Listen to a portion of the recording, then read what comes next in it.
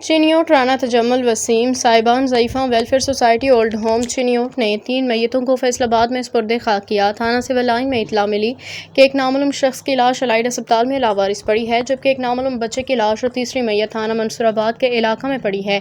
ASI Mohammad Abbas ने अपनी guard के साथ मिलकर लावारिस लाशों को तहवील में लिया। वारिसां न मिलने की सूरत में साहिबान ज़ईफ़ा ओल्ड होम चिनियोट में कॉल की सूरत हाल से आगाह किया, जिस पर साहिबान ज़ईफ़ा वेलफेयर सोसाइटी के चेयरपर्सन एजाज फरजाना लाली, डॉक्टर निसार अली मलिक नूबहार उनकी टीम ने एलाइड अस्पताल में पहुंच के डेड बॉडीज़ को बाद गुसल और कफन के जनाजा करवा के बसद एहतराम पुलिस के साथ मिलकर एक मर्द और एक बच्चे की मैयतों को नूरशाह वल्द कब्रिस्तान में सुपुर्द खाक, जबकि तीसरी मैयत को चाक नंबर 203 माना वाला कब्रिस्तान में सुपुर्द खाक कर दिया और दुआई मगफिरत की। अल्लाह पाक मरहूमीन की बख्शिश फरमाए। इस मौका पर चेयरपर्सन एजाज फरजाना लाली ने कहा कि ये इदारा फैसलाबाद डिवीज़न का वाहिद इदारा है जो अपनी मदद आप फ्री खिदमात मुहैया कर रहा है।